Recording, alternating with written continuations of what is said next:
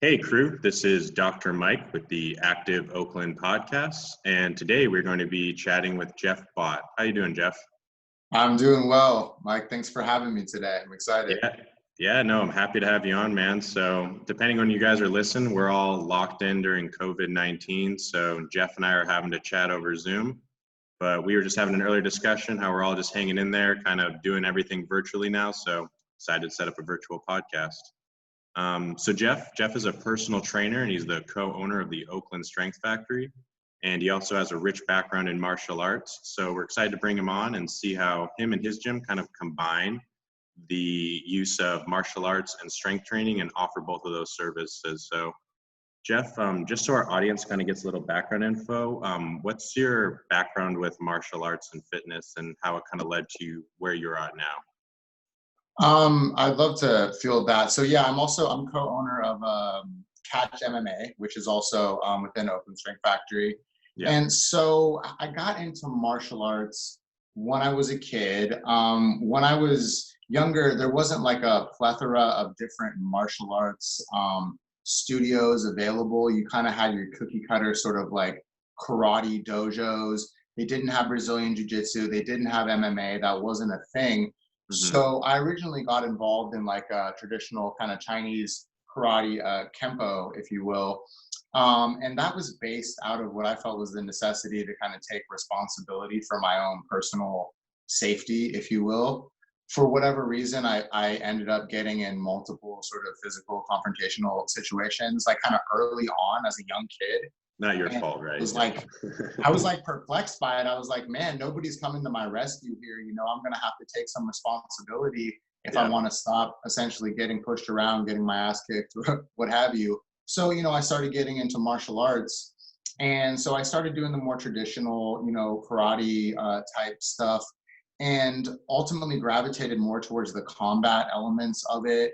Your kickboxing, sparring, boxing. You know, to the point that in high school, we would just basically, I'd get together with a bunch of friends and we'd go out to the park and essentially have our own sort of UFC-esque battles, if you will, you know, because it was a time when like training was limited. So you kind of watch these guys in UFC and you're like, oh, I think that's a rear naked choke or that looks like a takedown or whatever. So we kind of had to improvise combined with like our martial arts background and, you know, karate, and whatnot. And so, and then I started getting involved with, I had a boxing coach and started training with him and was going to potentially take some amateur fights and kind of go that direction. And he ended up having some issues. I ended up ultimately moving after high school up to Washington State. I grew up in the Bay Area. And at that point, I was getting into security work, and then I also started training at the first mixed martial arts school in the continental United States up in Washington State, which is AMC Pancration up in Kirkland, Washington. That's Matt Hume's school. He's put out fighters like Josh Barnett, Demetrius Johnson. He's a legend in the fight game. And so that was my initial sort of exposure, inoculation to MMA. And it was called the School of Hard Knocks. And people literally came from all over the world to train there, specifically for MMA. There were some like civilians like myself, quote unquote, but you were in there training with other professional athletes and you would get your ass kicked. You know, I'll try to keep my language clean. No, you're like, good, man. The first time I ever sparred in there, I got knocked out straight up. People looked over at me and then just kept going. You know, it was like nothing. You know, there was some rough training going on in there and there's some really tough guys. And so that was a formative experience for me. And then I went to college up there at the University of Washington. And after I graduated, I took a security job back in the Bay Area. I was working for doing executive protection, essentially. I'm not going to mention the name of the firm or the client that I worked for. But I came back to the Bay Area specifically for that line of work. Mm-hmm. And after doing that for a while, and it took me a while to reach that point of my security career as well, I had to definitely do some dirt and put in some time to kind of get to that level, and got there and sort of realized that wasn't what I wanted to do. for lack of a better word. So I kind of had to go back to the drawing board and figure out what I wanted to do with my life. I was young enough at the time. I wasn't married, didn't have a kid, didn't have a mortgage. I could kind of figure out what I wanted to do. So I decided that based on my martial arts background and knowledge of strength training, I was going to start getting into personal training. And at that point, I think I was living in San Francisco. I started working and training at Fairtex Academy, which is no longer there anymore. But that was at a time when people like Jake Shields and Gilbert Melendez were the coaches there, and I was training under them and getting some great experience. And then I met there's a couple other great guys there, Alex Surdikoff, so a couple of these people will remember, some of them they won't. And then I met my first true jiu-jitsu coach. His name is Jimmy Jarquin. He owns Bushido Fight Team. I ultimately ended up following him out to Bushido Fight Team and training with him there, teaching there for years. And then I moved to Oakland, and I felt like I needed a change. I needed a change of school. I just needed a change of style of training, essentially. I needed something different. And I found Pacific Ring Sports. And specifically who I found there was an instructor named Omar Kazdi, who is the head jiu-jitsu instructor there. And he really just sort of helped me kind of change my relationship to jiu-jitsu, how I thought about it, how I trained, everything. I mean, I was almost ready to basically quit training jiu-jitsu at that point, just because I was kind of burned out and sort of disheartened, and there's a multitude of things, and he kind of rekindled my interest in that. So, I started training there. And because I had a fairly prolific background in martial arts, I was able to get sort of plugged in within the MMA program there to essentially be used as a fodder for their fighters, if you will. Because I was at a point that I had no ambitions of taking fights, but I was beyond sort of training at regular classes. So for me to get the training that I needed, it was appropriate for me to be training at a competitive level with the people that were taking fights and whatnot. And so because I was able to bring that to the table, I could sort of train within their sort of competition fight teams and whatnot. And that's how I developed my relationship with him. And my current business partner at Catch MMA, which is Zach Costa, former MMA fighter as well. So that, we ultimately decided to form Catch MMA. Gotcha. And that's kind of, that's the gist of the martial arts background. I mean, I've studied, Wing Chun and a multitude of other more combat-based things. It's just when we talk martial arts, it's is it going to be sport-based? Are you looking to fight MMA? Or do you just actually want to learn self-defense? You're concerned about combat?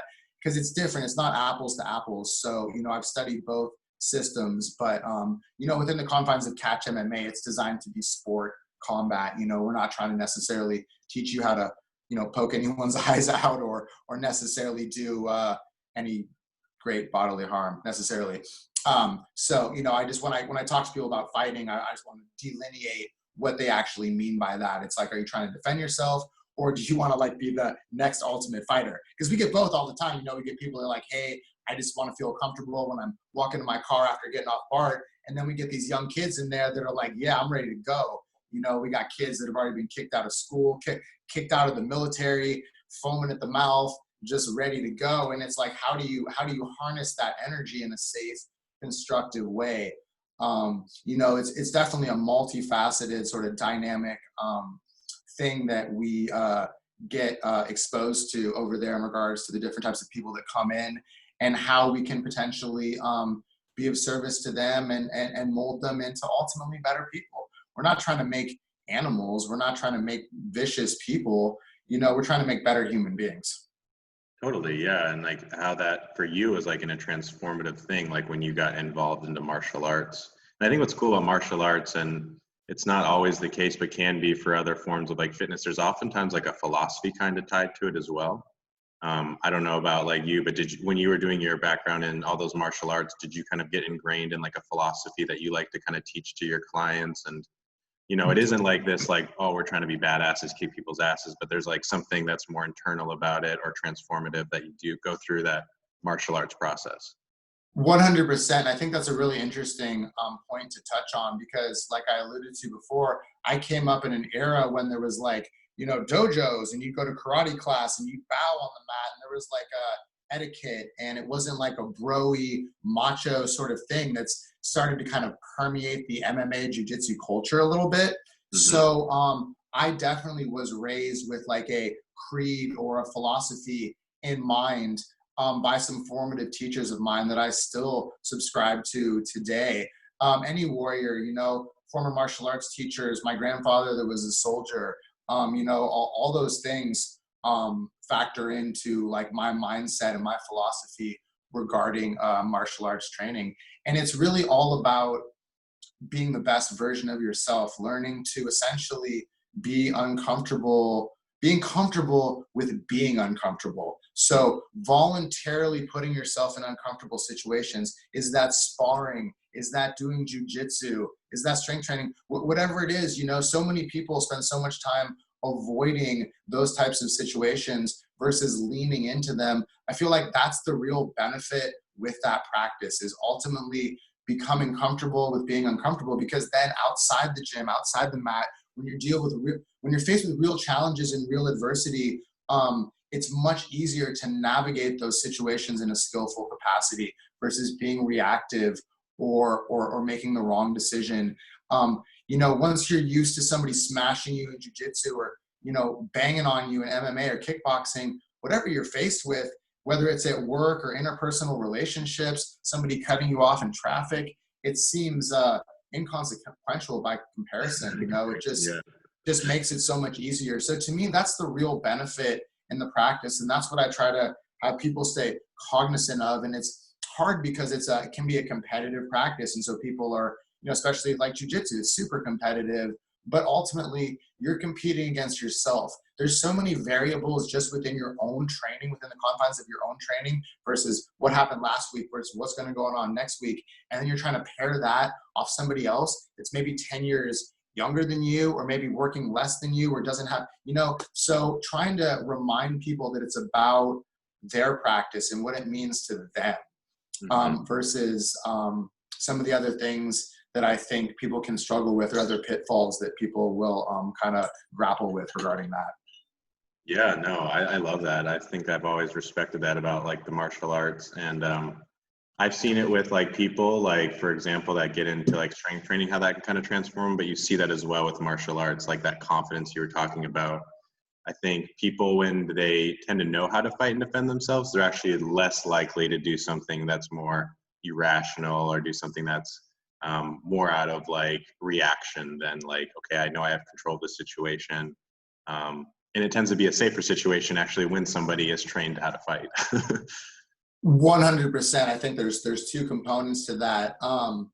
You know, when somebody has that sort of confidence in themselves, they have a different sort of aura or demeanor about them. And sort of people that are sort of predators, for lack of a better term, will sort of pick up on that and smell that, just like, you know, a predator in the wild, and they'll literally go on to the next victim. Number one. Number two, a skilled fighter is probably already tired from the training session that he had earlier. He's not looking to fight. He's not looking to prove anything. He already knows not to underestimate anyone, because he's seen the little guy that's a beast. He's seen the overweight guy that's a beast. He doesn't want to have any problems, and he's seen that he's a beast too. He doesn't want to hurt anybody. That's what I tell people. There's no upside to getting into a physical confrontation with somebody. You're only going to end in one of three places, and that's where tough guys go. They go to prison, they go to the morgue, or they go to the hospital. You're only going to three places there. You're going to court. I mean, there's nothing doing in that department. So it would behoove you to do everything everything that is possible to avoid a physical confrontation. Using your words to de-escalate situations, not getting into bad situations, just using good, judgment is huge, and being able just to let stuff go. I mean, really, unless somebody is like physically attacking you or your loved one, it's not worth it, in my opinion. And that's a tough pill for people to swallow. No, yeah, and I think those people, they probably not end up being a good fit for that kind of environment if they're looking to just, hurt people, if they're coming into the gym to learn how to hurt versus defense, or learning the more like Yeah, other practices, the other benefits out of martial arts. So you guys tend it's to set a vet for people like that? Like, have you noticed some people kind of come there for the wrong reasons, or? that's a very interesting question, because again, we've had some people that have had some troubled pasts, and we're trying to do our best to help them. But it's like, you got to think about this. If someone's been kicked out of, say, the Marine Corps, and they couldn't break them, am I going to be able to break them? Is it my responsibility to break them? The answer is no. So it's like you sort of have to like fit into the culture, and usually you get weeded out and you get tired of getting your ass kicked, or just like not, you know what I mean? And then some people, they don't get enough of it, and they really are kind of tweaked, and then it's like, okay, this isn't going to work. You're just not getting this, essentially. So there's that element, which is something that needs to be factored in. Yeah, people have to be vetted to a certain point, because otherwise they're rocking the boat and they're compromising the experience of other people in the class, other people that are part of the gym. So that's one thing that's happened that we've had to grapple with. There's been other experiences where, you say you agree to take a fighter on. You're like, fine, you can fight with us. We'll get you a fight. You're going to agree to this training camp, and you're going to do all this stuff. And so we're entering into a contract of sorts, and you're sort of representing us at these fights, at these events, what have you. And then all of a sudden, you have some kind of mental breakdown, and you make some really poor decisions that reflect super poorly on yourself, super poorly on us, put us in a very dangerous position. There's just a multitude of things that can happen. So circling back around, it's imperative that you do your best to vet people. And it's hard because anything can happen. And, moving forward, that's my advice to owners of studios like that. And also, self-talk to ourselves, is just making sure that we're building the right team, and we're vetting the right people, and we're not going to involve ourselves with people that aren't going to represent us in the way that we want to be represented, which is basically pillars of integrity in the community and stand-up people. We do not want to be associated with being violent, or being gangsters, or being sleazy, sexist weirdos. I mean, whatever, crummy connotations might happen with, MMA fighters. It's like, it's incrementally become more of a household thing, but it's come a long way from being straight up illegal. You know what I mean? Yeah. So, we're doing our best to maintain a good level of diplomacy, because we're on the front lines of that industry, and people look to us to represent it properly. And there's people that are doing a really good job, and there's people that are doing a really poor job. And I'm not going to name names on either side, but we're going to do our best to be the stand-up people in the crew. People that other people can look to and be like, yeah, those guys are doing a good job. They're making good decisions. And that's kind of how we're trying to think about it. No, yeah, and I think you guys do a really good job of that, and I think it's cool. Like, even just when you first walk into your guys' gym, it has a unique vibe to it, and I feel like a unique culture. It's pretty cool. Like, you'll see like the MMA side, and then you also see the other side that has like the barbells, the kettlebells.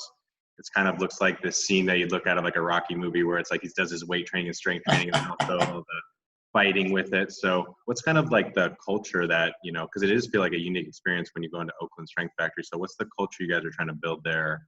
Who's kind of like your ideal clientele that you'd like to work with?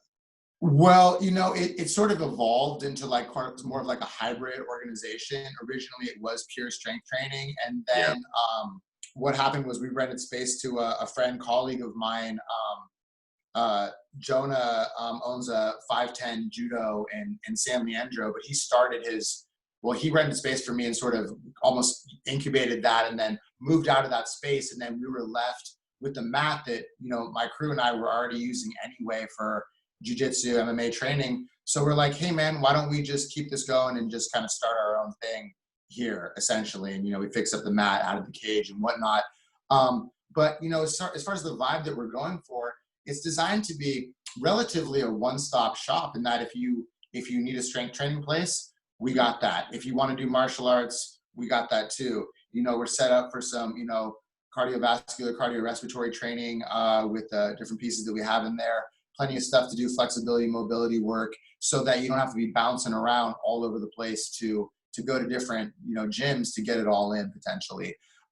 As well as like having sort of a community vibe, in that it really is sort of a passion project that's designed by the people that are involved. We don't have corporate backing. This isn't a franchise.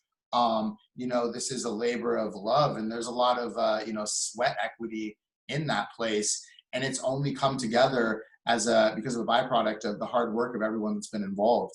And I have the utmost respect of my partner at OSF, who I would never even have had the opportunity to develop that place if he hadn't done the hard work initially and laid the groundwork for that first gym to actually be there. And then it's turned into what it is today. 4 years later, here we are. It's been rebranded, and it's got a whole other thing going on. So it's come a long way in a relatively short amount of time. But the target demographic, it's for any, because I feel like there's a universal applicability to strength training. Now, I understand mixed martial arts, not necessarily so much, although, we have kids program there, and, we have people that are older that can still have a martial arts practice. Are they going to take an MMA fight? Probably not. Although if you check our feed and stuff, we just had a gentleman, I'm not even gonna say his age. He looks like $1 million. He's already a great athlete, but he had no prior background in martial arts. He had no prior background in martial arts. And sorry, my son just ran in here. Hey, buddy. Within 3 months of training with us, took an MMA fight and totally killed it. It looked like $1 million.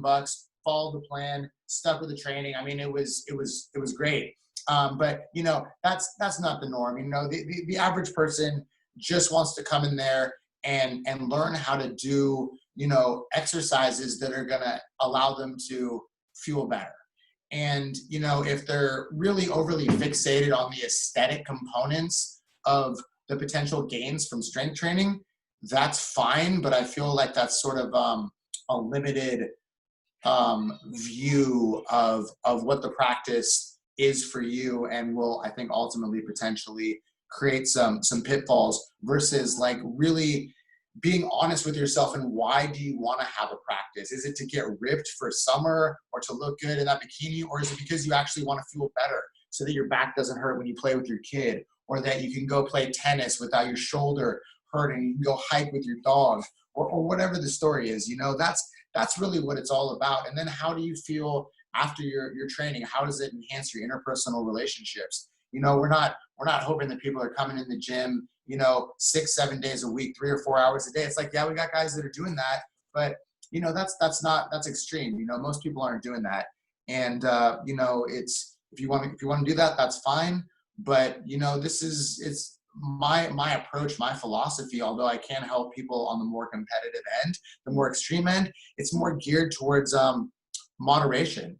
And how do you modulate your intensity so that it's sustainable on an ongoing basis? And how do you grapple with the issues around as time goes on? I'm in my 40s now. It's like you have to get comfortable with doing more for less. And that's not very palatable for the average person. That's a hard pill to swallow. So I'm full of stuff that most people don't want to hear. My clients all the time, they're like, oh shit, and all that kind of stuff. But you know what? I'm in a place where I don't need to compromise my integrity or my mission statement. There's no reason for me to hold back. If you don't like the flavor of what I'm saying and what I'm offering, you don't have to work with me privately. You don't have to take my classes. You can just come and use my gym. You'll never have to see me. You'll never have to talk to me. So it's also about creating a space that's bigger than myself. Yeah, I'm part of it, but it's like, you can go there and enjoy that facility without subscribing to my training methodology or anything like that. Well, I think it's good because I think the way you describe it, you have a much more holistic approach, which would be a more applicable to why people should be in going into fitness and joining those gyms. Is like, I'm not only looking to be like some top end MMA fighter. It's not exactly what we're pertaining to at your gym, but it is like, we can teach you kind of like a movement practice or how to combine, which I think is cool that you guys have that combination of doing MMA, but also having some incorporating strength training. In your own personal training or with your clients, have you noticed that, because I don't know if you'd probably know better than I do, but I think it's a more popular trend, kind of this hybrid training method. Like we'll see a lot of runners and hyper specific athletes that only do their one sport and they're never really combining it with something like strength training. So, MMA, it's like all like a lot of mobility grappling, but is it becoming the norm? Are you starting to incorporate more of that into your practice, like combining it with some heavy resistance training? And how have you seen that like benefit or affect your clients or yourself? Well, just I guess maybe just to backtrack a little bit, because yes, so to answer your question, I do see other athletes and their training can be a little bit linear in that they're only just training that specific sport. And now granted, that's the best way to get better at that specific sport is to do more of that. But you need to, especially if you're going to be competing at the upper echelons, of that sport in your bracket, you're gonna have to incorporate strength and mobility training, cardiorespiratory training. So this training methodology that I'm referring to is applicable to cyclists, football players, basketball, baseball. It's all interchangeable. Anything that causes you to have to dynamically stabilize yourself on the floor while simultaneously creating like rate of force production, it's going to transfer over. Now, swimming, skydiving, different, although there'll probably be some crossover as well. That just goes beyond my realm of comprehension because we're neither here nor there. But essentially, so everything that, basically I try to help people with is designed to help enhance their ability to do those primary activities, be it a particular sport or just existing properly in real time. Now, as it pertains to the MMA stuff, it's super obvious because people that do MMA and jiu-jitsu, they're already really used to like being able to quantify their progress. Mm-hmm. And so once they start incorporating, this style of training methodology, it's pretty easy for them to see the benefits in almost real time. It happens pretty quickly to the point that they become believers and they're like, oh yeah, we gotta keep this in rotation because it enhances their ability to do their primaries while simultaneously keeping them safe and also balancing out and addressing the compensatory patterning that happens in every sport that you do. Tennis, boxing, jiu-jitsu, whatever it is, you know what I mean? So you need to restore a level of balance back in your system. Otherwise, you're going to topple your own table, so to speak. So, to me, I think it really works well. If that's answering your question, I think I kind of went a couple different directions there. Perfect. No, I totally get where you're going. And I just would even echo that from the rehab side is like, I think oftentimes, yes, like if you just hyper focus, it will get you to that, your more immediate gains, but it's almost like a short-sighted approach because that long-term effect is there's that hyper focus. You end up kind of eventually crashing and burning. And then they kind of see somebody like us. And really when we break down the rehab process, we're kind of going back to the things you're talking about, the basics. Are you kind of finding that center where you're not so far in one direction? Like maybe it is the runner that maybe they're lacking strength or they need to work on more mobility instead of just only focusing on their mileage. So I think from a long-term health and a holistic perspective, which honestly could lead to more long-term gains or down the road, your ultimate potential, if you kind of come at it with that approach where you are finding a little more symmetry, where you're kind of looking at what's the long-term game. So I'm not neglecting my fitness throughout. We see that all the time. So I think the way that you guys are doing it and that approach that philosophy you have would echo what the research and what the rehab community would 100% support. So. Well, that is very reaffirming because that's what I try to remind people of. It's like, what is the big picture here? What is the long game? Are you trying to get ripped for summer, but herniate a disc in your low back in the process, or get ready for that Tough Mudder, but blow your ACL, or you're gonna get ready for you know, Pan Ams, but you know, it's plug in whatever you want there. So yeah, man, I'm constantly encouraging people, especially people past a certain age, past the point where you're not going to be the next top dude in your sport, man. It's like, I understand you want to check this off your bucket list or whatever, but let's think about longevity here, Yeah. and what's really going to be ultimately of service to you in the course of your overall life, man. And you know, not factoring that in can have some seriously adverse effects on your training, long term, short term. It's just like any other strategy, man. Being short sighted in your business, your financial planning, your personal matters, you know that's not going to be a winning end game. It doesn't seem to be so for me. So the more I can help people frame that for themselves, the easier it ultimately is to lean into it. And they have to do that because it's an ongoing practice. It's indefinite. You know, people are like, oh, like you know, worked out last week. Am I done now? It's like, no, dude, you got to keep doing this. It's not just once. It's not just twice. Yeah, it's like brushing your teeth. You don't habit. just do it one time. Yeah, exactly. Oh, I brushed my teeth yesterday. I'm good, right? Yeah. Okay. So, you know, it's the quality of the habit and the frequency of the habit. It's just like any other account. You know what I mean? It's like that practice of depositing money into that savings account habitually over time in conjunction with the compounding interest is what yields the greatest dividends over time. But we've been conditioned, I think, particularly in this culture, it's the only one that I can speak to, about being short-sighted and wanting results yesterday and not wanting to do the foundational work to get those gains, essentially, for lack of a better way of articulating that. I think that's a reoccurring issue that I find people struggling with. And is it a uniquely American phenomenon? I don't know. But it definitely seems to be fairly prevalent here and permeate the culture. And it's tough because I got people that come into the gym, they're like, oh man, I want to be snatching yesterday and doing all this shit. And it's like, dude, you can't even squat, bro. What? You are nowhere close to being able to do that. And I think, you know, people get into trouble where they jump the gun and want to do too much too soon. And I think that there's gyms out there. I'm not going to name any names or any organizations, but they're like, oh yeah, you can do that. Come on in. Even though that's a complex movement. I mean, it's called Olympic lift for a reason. You know, they're going to make it seem accessible, like it's something that you can do within a week, even though for even a conditioned athlete, it could take a very long time just for them to even perform that movement properly with basically no weight. And they're like, yeah, we're going to get you to do it as quickly as possible and as heavy as possible. So anyway, I'll just leave it at that. And, you know, so that's that.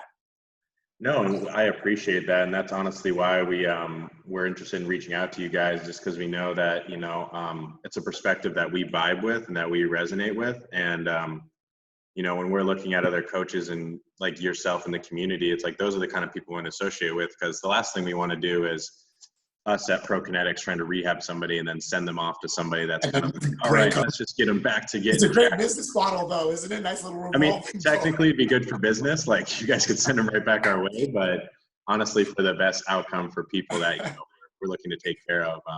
Exactly. Well, to have somebody like you that's like has interest in that. And I believe we talked about it earlier. You've kind of studied along with some of this stuff too, kind of looking into working with some physical therapists, kind of different I mean, training. And yeah, we didn't even really get into that. I actually have a fairly extensive background working for physical therapists. I've worked at multiple physical therapy clinics. I was a manager at one in the past.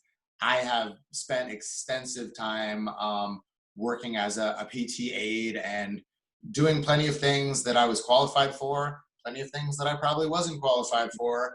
But I learned a lot. I'm not going to put anybody on blast here because I don't want to say too much. I'm always going to err on the side of diplomacy.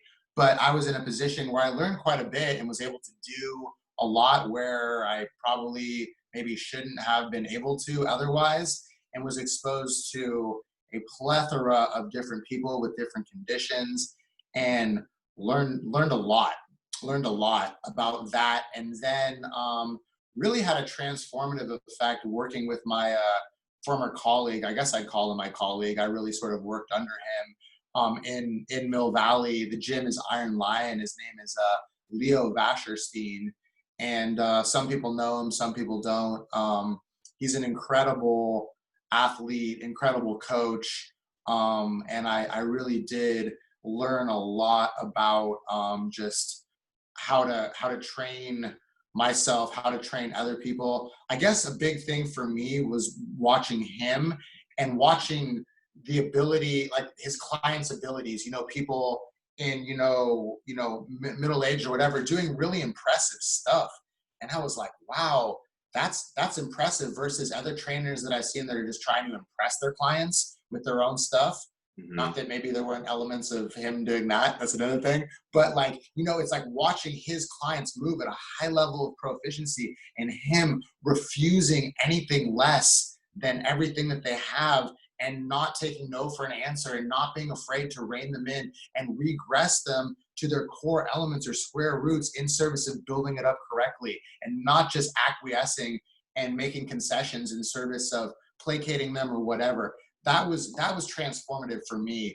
And plus he's just a genius, man. I mean, you can study that dude offline here all you want. He'll just blow your mind. Anyway, so that was an eye-opening thing, because he, really knows his stuff, and just allowed me to have more confidence and my skill set, and just allow me to put all the pieces together that I had in a way that I was never able to do so before. And then that allowed me to kind of really come into my own and kind of, really, really put it all together. So I gotta give props to Leo over there at Iron Lion for sure. Yeah, no. I've actually heard of that guy. Yeah, I've heard does he do a lot of work with like kettlebells and stuff like that too, or? Kettlebells, club bells, maces. He is the mace kettlebell, club bell master. I do not know anyone that has a greater level of technical proficiency with any of those apparatuses. And I challenge anybody out there, maybe Scott Sonnen and his club bell stuff, maybe, but watching him basically mill a 45-pound club bell, mind blowing. He'll blow your mind. I mean, I've seen him do Turkish get-ups at Kelly Starrett's CrossFit gym with a 150-pound kettlebell with Kelly Starrett watching in the background, like, oh shit. So he's the real deal. And anybody that says otherwise, hey, you figure it out for yourself. Yeah, no, I know who I've seen him actually. Yeah, it's impressive because for his size and that ability and his mobility and strength and that control, like he will crush a 250-pound, NFL player at any kettlebell movement any day. Yes. Yeah, like, his like movement proficiency is just off the chart. And he's worked with some cool people and geeked out on some cool stuff. So I had the privilege of working with him, under him essentially for a while there in Mill Valley. And that was really the tipping point for me, for sure. And so do you incorporate quite a bit of like kettlebell into your practice as well? 100%. I've found it's uniquely, really it's such a great implement for like working on stability, those positions. Just like a movement like the Turkish get-up will challenge you in so many crazy ways. So I think it fills a lot of gaps that maybe just purely barbell or purely any other like implement. I feel like the kettlebell has a place that can be, one, a practice in itself as a movement practice, but two, like can complement almost any other training regime. So have you kind of been implementing, and obviously with Leo you have, but 100%. That's really my bread and butter. If I were to differentiate myself from some of the other trainers there and just what I do, kettlebells, club bells, maces, 100%. The glue that ties it all together, that gets bypassed from doing some of your bigger primary movement patterns, especially with the barbells, club bells, kettlebells, maces, they're going to allow you to break things down unilaterally. You're going to get more real-time biofeedback into the efficiency of your movement, the true economy of motion based on what is or isn't happening with those apparatuses, especially the club bells, especially the maces. Weights don't lie. Those don't lie. They just give you, they're so telling for me as a personal training tool, as well as tools that I'm using with clients, because I can see it, they can see it, they can feel it. And it's like, it just takes the guesswork out of it. It's like, there's no arguing after a certain point. And it really just illuminate people's functional strength. I know people throw that around a lot, or lack thereof, because I've seen big buff dudes, you know, I call them muscle dummies as nicely as possible. No offense to the big buff guys out there, but, you know, I'll give them, you know, 2 25-pound club bells to try to stabilize, and they're all over the place. And it is indicative of a lack of, you know, total body recruitment and stability that really actually transfers over to real world applications, because they're stronger than shit during, like, you know, certain ranges of motion from here to here. Well, that's great, especially if that's all that you're doing, but most people want a little bit more. And, you know, that style of training, oh man, it's just so illuminating to what is and is not operational, to all the different, just movement patterns, recruitment patterns. I use them almost exclusively. The barbell training is really limited to people that have demonstrated a high enough level of movement proficiency that they can actually do something like a, you know, straight bar deadlift, or a back squat, or a front squat.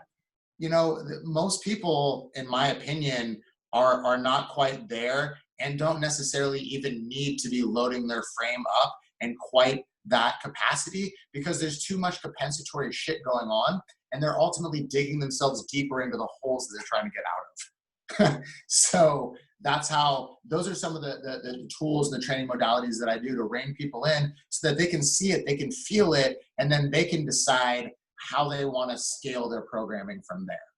And then it creates a more honest approach to their training. They're not drinking their own Kool-Aid, so to speak, at least not as much. Yeah, no, I love that. I think the kettlebell, like a barbell, people kind of ego lift and like cat back deadlift or whatever, but it's like a kettlebell, like you're gonna have to, it's gonna make you a little bit more honest, like you're saying, with your movement. Like you trying to do a kettlebell swing, but try to do that without, it's like, it's just gonna look like garbage. So it's like, yeah.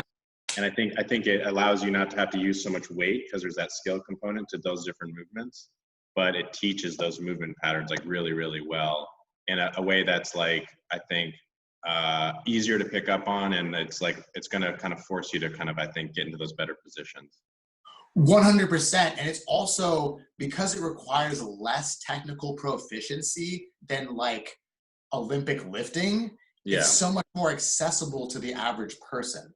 Oh yeah. It's just so much easier to coach and lift. Now, with the club bells and the kettlebells, some of the more technical work that involves decompression or rotation, where you're doing like a 360 or like a shield cast or something, that's much more technical and much more nuanced, and it's harder to coach.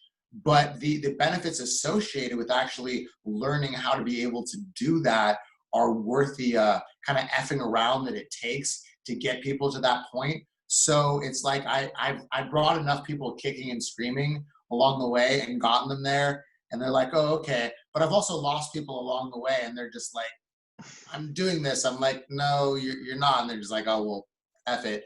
But, you know, the benefits to be, you know, had from the club bell and the mace training in particular is immense. I mean, there's a rich history in Persian clubs. I mean, Persia's a non-existent empire. Yeah, that's how far back this shit goes. You know what I'm saying? Yeah. It's a new thing. And, you know, so there's something to that, just like kettlebells. You look at the history of kettlebells. You know, there's stuff there. God, I was looking at some old-timey picture the other day of some, like, you know, people staying in a gym after, like, I think the stock market crash of like 1929. I looked in the background, it's a bunch of club bells, you know, stuck in the back. So it's like, there's a rich history there. So part of my philosophy is to bring it back to that is if it's not broken, you don't need to fix it. Well, what does that mean? It's like a lot of the stuff that's worked for us historically speaking as human beings, as we know ourselves to be, will continue to work now. There's a lot of different gyms and styles of training and fitness magazines and apps and gear to get you to buy a lot of different shit and, you know, all that kind of stuff. And it's just like anything else. It's an industry, but it's like, you know, your iPhone, your car, Do you necessarily need a new one every year, 5 years, whatever? You know what I mean? It's not that the industry doesn't change, because, you know, it does, and it's important to be cognizant of the things that are of service. It's like, obviously, you know, the training styles are different now than they were 10 years ago, 10 years before. 10 years prior to that, it was really sort of a fringe thing. Well, shit, it's just like any other industry. I mean, nobody's taking photographs with the same camera that they used 10 years ago. Nobody's building websites with the same software that, you know what I mean? So things are going to evolve. So sometimes, you know, people are like, oh, we used to do this and now I do that. It's like, yeah, dude, we figured out something better. Now it works better, you know? Yeah. So, you know, there's stuff that's classic and timeless that has sort of universal crossover and appeal. And then there's ways that you figure out how to do things more technically, proficiently. You know, ultimately what I find with our demographic is most people want to maximize their time. They don't want to spend a universe of time in the gym. They just want, it's like that, was it the minimum effective dosage or whatever that Tim Ferriss coined that term? I don't know. But, you know, that's what most people are looking for. So once you cultivate a higher skill set in regards to your ability to do your movement practice, you can actually maximize your time more. You know what I mean? You don't have to train as hard. You don't have to train as much. And you're just getting more bang for your buck. You're getting more return on your investment. And that's a byproduct of your training, proper training. Yeah. No, and it reflects too. Like, and I think that's why incorporating those really solid foundational principles, things like those kettlebells, I think those are something that are going to universally be good for those kind of, if your goals are for that, right? Is just like how your movement, and we're talking about Leo, like seeing how he moves by using those implements. So it's cool to see, like, and that you guys kind of incorporate both of those elements, thinking about that. Yeah, no, Jeff, I want to respect your time. I loved having you on. I think hopefully you guys got a lot of value out of that. I think, you know, why we want to connect with Jeff is they do offer such a unique perspective. Everything we're talking about today, looking at that holistic approach, all the different services they offer with MMA, the kettlebell training, the strength training. So Jeff, if anybody's kind of interested in learning more or reaching out to you guys, what's the best way for them to get a hold of you? Absolutely. Thank you so much for asking. You can always contact us at Oakland Strength Factory at Gmail. You can find us at the website, Catch MMA. We've got Instagram pages for both those gyms. That's the best way to do it, especially now because so much is happening virtually. That's the best way to reach out. And then, you know, we can always set something up from there. But, you know, super excited to be able to be on your podcast. Anybody that knows me knows I love a good opportunity to get on my soapbox and run my mouth about things that I like to talk about, especially when there's a captive audience. And it's great. Hopefully this, you know, is allowed to reach more people than I might otherwise reach on my own, or, you know. So yeah, that's what I'm hoping for, and hopefully, if nothing else, people find it interesting or of service to them, whatever they end up doing. No, and thank you again for joining us. Yeah, it was great talking to you. We appreciate the rant. I definitely picked up some cool things from it. So yeah, thank you, Jeff. Looking forward to when all this closes up or things open back up again, and hopefully we can be seeing you guys on the other side of it. So. Absolutely. Well, you know, in person, or at the very least, coming up with the virtual seminar coming up on Wednesday.